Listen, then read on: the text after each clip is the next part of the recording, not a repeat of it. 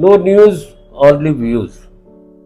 दर्शकों, आज जिस मुद्दे पे हम बात कर रहे हैं उस पर इसलिए भी जरूरी है कि एक दौर था जबलपुर के दशहरे का।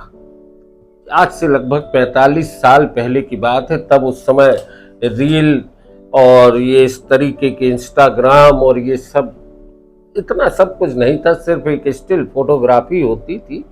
उस समय एक मूर्ति भेड़ा घाट में जाके बिल्कुल धुआंधार के पास खड़ी हो गई विसर्जन के बाद, और हुजूम दौड़ पड़ा। वो मूर्ति बनाई थी मूर्तिकार कुंदन ने। आज हमारे साथ उनके बेटे शक्ति सिंह प्रजापति हैं। हम आपका स्वागत करते हैं। शक्ति, मूर्ति बनाने का काम आपका पिताजी ने शुरू किया था, लगभग कितने वर्षों से? फादर ने लगभग 1965 के आसपास ये काम शुरू किया, लगभग। जबलपुर में ही बनाते थे? जी जी। और बाहर जाती थी मूर्तियां? हाँ, जैसे जैसे फिर ख्याति बढ़ती गई और लोग उनके काम से परिचित होते गए तो फिर मध्य प्रदेश और उत्तर प्रदेश में ही मूर्तियां जाने लगी। यानी जबलपुर से बनी मूर्तियां मध्य प्रदेश के बाहर, उत्तर प्रदेश और अन्य राज्यों में भी जाने लगी। बिल्कुल बिल्कुल। उस समय छत्तीसगढ़ यहीं था, मध्य प्रदेश का हिस्सा था। बिल्कुल। तो मान सकते हैं कि आज के छत्तीसगढ़ में भी मूर्तिकार कुंदन के द्वारा बनाई गई दुर्गा प्रतिमाएं तो वहां तक पहुंची है। और मूर्ति बनाने की एक खास कला जो है, आपके पिताजी ने कोई मूर्ति बनाने का कोई प्रशिक्षण लिया था या वो? देखिए, पुराने समय में जितने भी फेमस लोग हैं, अगर उनकी कहानी हम सुनते हैं तो वो सीढ़ियां चढ़कर आए हैं। तो जाहिर सी बात है, संघर्ष के दिनों में मुकादमगंज में एक जगह मूर्तियां बनती थी, परिहार फैमिली थी। जी जी।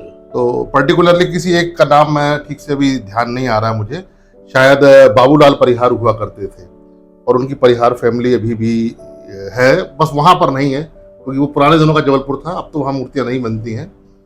तो फादर ने कुछ समय वहां काम किया, वहां से जो भी उन्होंने जाना समझा, फिर उसके बाद खुद से उन्होंने अपने, ये 4 भाई थे, मैं इनका नाम जरूर लेना चाहूंगा। आदरणीय श्री फुंदीलाल जी जो मेरे पिताजी के बड़े भाई, आदरणीय श्री मूर्तिकार कुंदन जी सेकंड नंबर के भाई थे, आदरणीय श्री फूलचंद प्रजापति जी और आदरणीय महेश प्रजापति जी। ये चारों भाई वैसे तो अपना अपना ये खुद का भी काम करते थे, लेकिन मूर्ति कला में दशहरे के समय ये चारों भाई मिलकर काम किया करते थे। आपके पिताजी दूसरे नंबर के थे? जी। अच्छा, ये जो प्रतिमा जिस तरीके का एकदम से हाइट पे पहुंचा मामला, लोगों की हुजूम उमड़ पड़ा, वो मूर्ति जो धुआंधार में जाके फंसी और अद्भुत दृश्य था, लोगों का जन सैलाब उमड़ पड़ा था। जी जी। तो आपको कुछ याद है वो किस्सा? देखिए, उस समय मेरी आयु मात्र 2 वर्ष थी, पर क्योंकि जितने भी लोग पिताजी के साथ के हैं वो अक्सर आते थे मिलने, तो उसका चर्चा बहुत होता था। तो वो सारी बातें मेरी सुनी हुई हैं, समझी हुई हैं। पेपर कटिंग्स वगैरह उस समय की, नवभारत अखबार सभी लोग जानते हैं, उस समय का बड़ा अखबार था, और भी पत्र पत्रिकाओं में आपका शायद नवीन दुनिया और बहुत से हिंदुस्तान के बहुत से अखबारों में और पत्रिकाओं में वो आया स्टोरी आई थी। सही कह रहे हैं। तो जो लोग मिलने आते थे उनमें कौन लोग थे जो आपके पिताजी से मिलते थे और इसकी चर्चा? देखिए, बहुत समय पहले, आप खुद सीनियर रिपोर्टर हैं, जर्नलिस्ट हैं, आपको मालूम है, एक समय था जब सोशल मीडिया नहीं था, टेलीविजन नहीं था, तो वो दौर था लोगों के मिलने मिलाने का। रोज शाम को पापा से अक्सर बहुत से लोग मित्र लोग मिलने आते थे। उसमें कला, साहित्य, संस्कृति, किसी भी क्षेत्र के लोग हुआ करते थे और पत्रकार भी हुआ करते थे। विशेषकर दशहरे में तो लोगों का बहुत आना जाना होता था। तो अक्सर भेड़ाघाट में जो हुआ था, ये घटना है 28 अक्टूबर 1982 की। पाटन की एक समिति है, चमत्कारी दुर्गोत्सव समिति, जो ये प्रतिमा ले गई थे। तो विसर्जन जो था पंचवटी घाट में था, और ये उस समय का धुआंधार भेड़ा घाट है जो अपने ओरिजिनल स्वरूप में था, जब एकदम प्रचंड धारा वहां पर रहती थी। तो विशेष बात उसमें यह है कि देखिए, जब भी कोई मूर्ति विसर्जित की जाती है, आप अगर किसी छोटे से तालाब में भी मिट्टी की मूर्ति विसर्जित करेंगे तो मूर्ति क्योंकि मिट्टी की है, माटी से बनी हुई है, तो एक बार पानी में जाने के बाद माटी गलना शुरू हो जाती है, तो वो ऊपर नहीं आ सकती। अनटिल एंड अनलेस जब तक वो पूरी तरह से गल ना जाए तो जो प्यारा या चारा का ढांचा वो ऊपर आता है, माटी का ढांचा कभी ऊपर नहीं आ सकता। तो चमत्कार ये था कि पहले तो मूर्ति, और पंचवटी में जिन लोगों को मालूम है वहां गहराई बहुत ज्यादा है, 300, 400, 500 फीट, 1000 फीट जितनी भी हो, गहराई बहुत ज्यादा है। इतनी गहरी जगह पर असंभव है लगभग मूर्ति का विसर्जन के बाद ऊपर आना। दूसरा ये, अगर मूर्ति ऊपर आई भी तो मूर्ति ऊपर आएगी ऐसी लेटी हुई, मूर्ति खड़ी नहीं हो सकती। ये एक सवाल ही पैदा नहीं होता। विसर्जित की हुई मूर्ति कभी पानी के ऊपर तो खड़ी नहीं हो सकती है। तो मूर्ति पहले तो ऊपर आई और ऊपर आने के बाद एक जगह पर जाकर ऐसी खड़ी हो गई जैसे वहां पर किसी ने उसको स्थापित कर दिया हो। फिर ऐसा कहते हैं कि 3 दिन 2 रात लगभग इतने ही फासला, 3 दिन तो कंफर्म है। उसके बाद भी मूर्ति वहां से अपनी जगह से हिल नहीं रही थी और धारा एकदम प्रचंड। आप फोटो में देख सकते हो, फोटोग्राफ आज भी मेरे फेसबुक पेज पर और इंटरनेट पर तो बहुत जगह देखा जा सकता है। तो उस पर वो मूर्ति खड़ी हो गई। फिर प्रशासन ने बहुत तत्परता दिखाते हुए, क्योंकि भीड़ बहुत जाने लगी थी। ऐसा सुना मैंने कि उस जमाने में जब 50 पैसे का नारियल बिकता था तो 20 रुपए का नारियल 1982 में बिका है। अगर बहुत से लोग अभी भी, जबलपुर के पास जो एक जगह है बड़ी खीरमाई, अभी नारियल का 20 रुपए रेट है। लगभग ये 43 साल पुरानी घटना है। हाँ, लगभग 45 साल। हाँ, तो 4 दशक पहले आप 50 पैसे और 20 रुपए का अंतर समझ सकते हैं। यानी निश्चित है कि नारियल की दुकानें सज गई, फूल प्रसाद अगरबत्ती की लेके लोग आरती करने लगे, लोग मन्नतें मानने लगे। इस तरह का एक वो हुआ था, अखबारों में बड़ी चर्चा भी हुई थी। शक्ति, अभी आप भी मूर्तियां बनाते हैं। मूर्ति आपका जो प्रशिक्षण है आपने पिताजी से ही लिया होगा? देखिए, ये सभी लोग जानते हैं, चाहे वो कोई भी आर्ट का फॉर्म हो, परफॉर्मिंग आर्ट और नॉन परफॉर्मिंग आर्ट्स, और कला साहित्य संस्कृति से जितने भी जुड़े हुए लोग हैं, ये गॉड गिफ्टेड ही है। आप उस घर में हो भी जाएं तो जब तक आपके ऊपर कृपा नहीं है, बहुत मुश्किल है इसको काम को करना। तो ईश्वरी कृपा से मुझे भी रुचि रही है इस काम में। तो बचपन में जब मैं बहुत छोटा था तो ड्राइंग स्केचिंग में बहुत मेरा इंटरेस्ट था।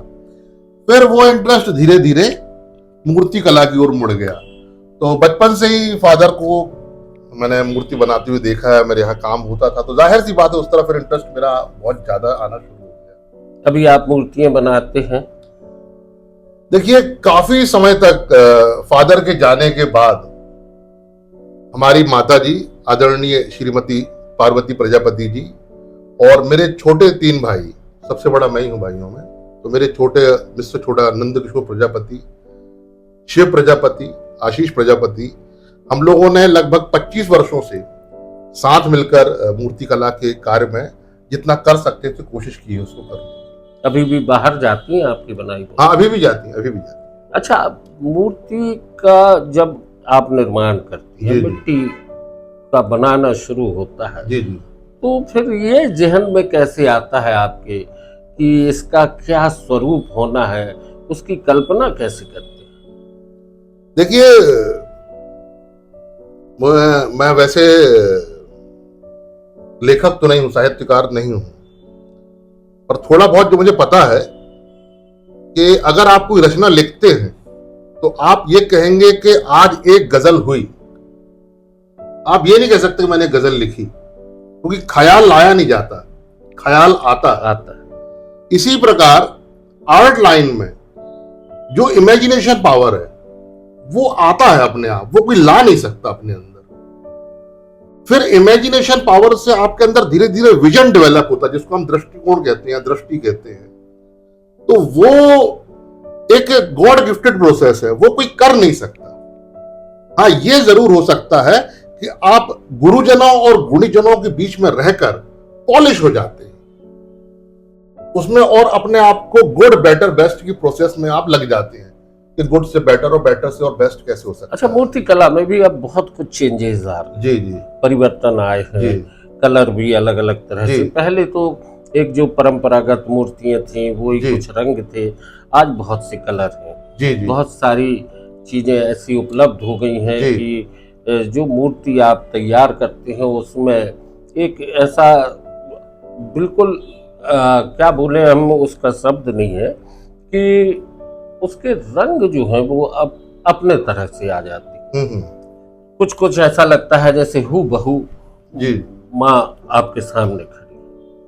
तो ये कलर का कॉम्बिनेशन, कलर को लेके सोच, ये सारी चीजें आप करते हैं कि जो ऑर्डर देता है कि मूर्ति बनवाना है उसकी कल्पना। देखिए, इसमें क्या है, कई तरह के एलिमेंट शामिल हैं।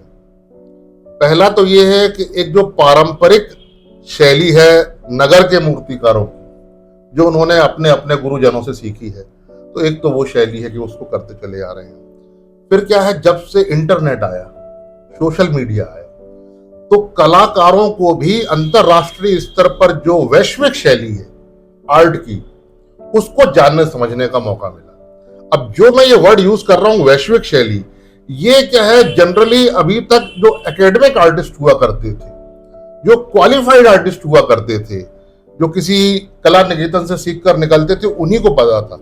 इंटरनेट के आने के बाद जो किसी इंस्टीट्यूट में जाकर नहीं सीख पाए हैं, तो कम से कम आर्ट कम्युनिटी से जुड़कर, आर्टिस्टों से मिलकर जुड़कर इंटरेक्शन करके वो धीरे धीरे चीजों को समझ रहे हैं। तो उसका प्रभाव आजकल आपको मूर्तियों में भी देखने मिलेगा।